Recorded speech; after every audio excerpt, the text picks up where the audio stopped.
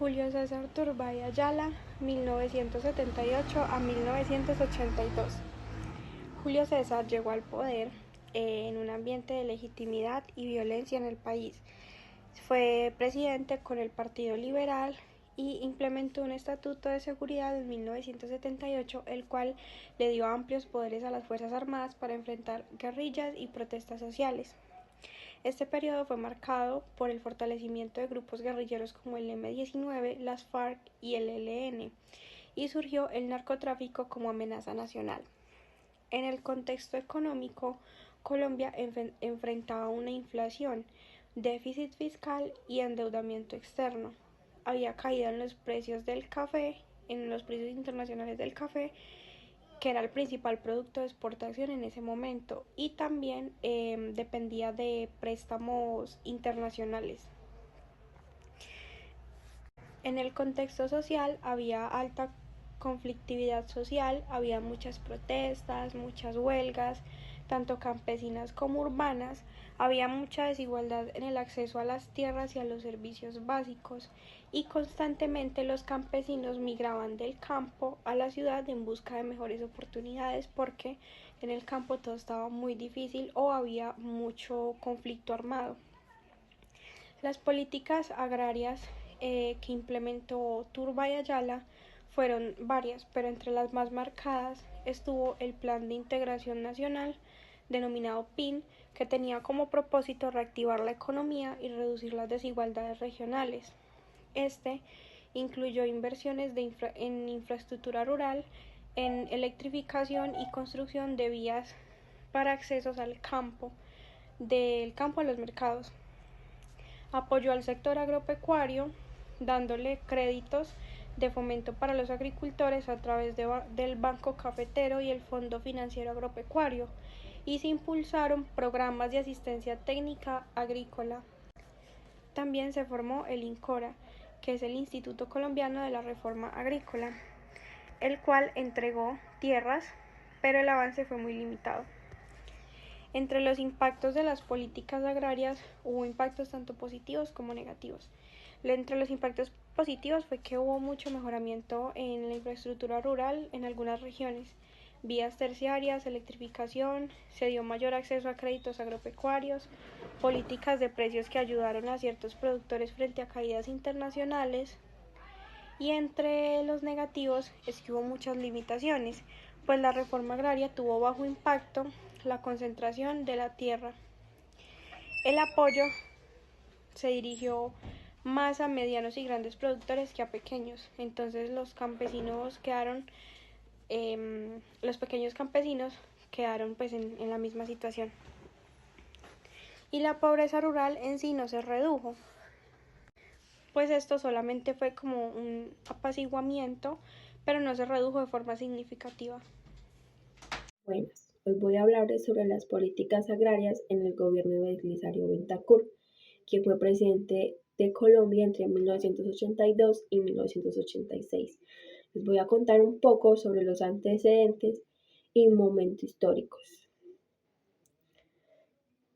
En este momento el país vivía una situación difícil. Por un lado, el conflicto armado estaba muy presente, como las FARC, el M-19 y el ELN.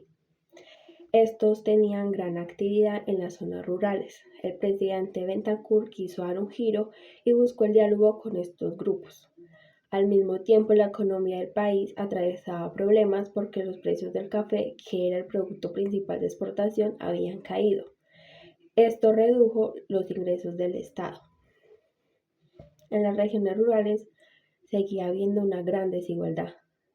La tierra estaba concentrada en pocas manos y los campesinos tenían muy pocas oportunidades, como asistencia médica o recursos básicos.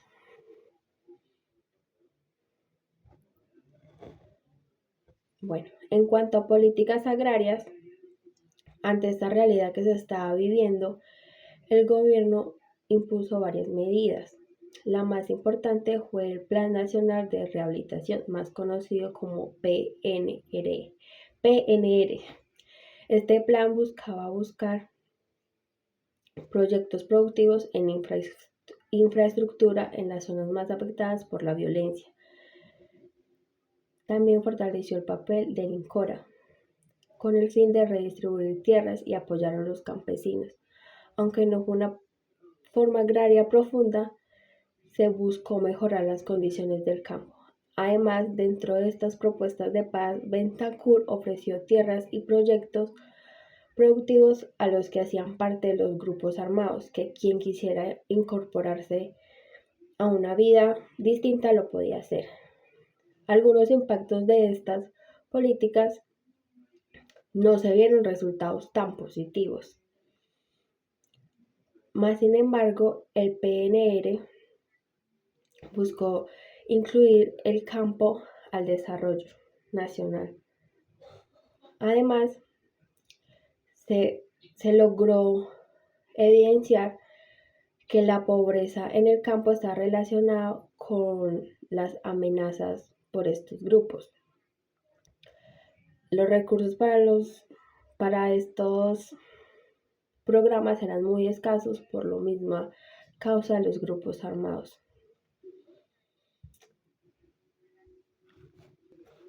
Incluso gracias a esto, a las limitaciones tan pocas que había, la redistribución de tierras fue muy poca. Y la violencia en las zonas rurales hizo que muchos proyectos no se consolidaran. Por eso, algunos dicen y consideran que Bentancur fue un presidente visionario, porque relacionó paz y desarrollo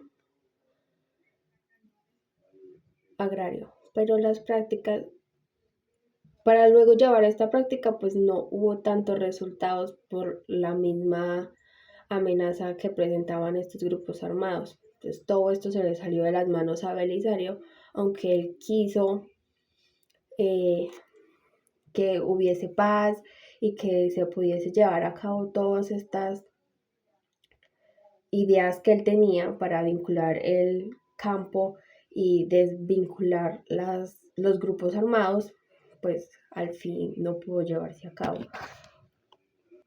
Bueno, y para concluir, el gobierno de Belisario Bentancur intentó conectar el campo con la paz y sentó las bases para políticas rurales posteriores. Sin embargo, la crisis económica y la violencia le impidieron lograr cambios estructurales en el agro colombiano, que es básicamente lo que ya había dicho anteriormente. Él tuvo muchas ideas para mejorar la situación que se vivía ya en el campo, pero por la misma violencia, por todas las mismas amenazas que presentaban estos grupos armados, pues no se pudo llevar a cabo al final. Más sin embargo, dejó una brecha abierta con ideas que se podían llevar a cabo con los años posteriores. Eso es todo. Muchas gracias.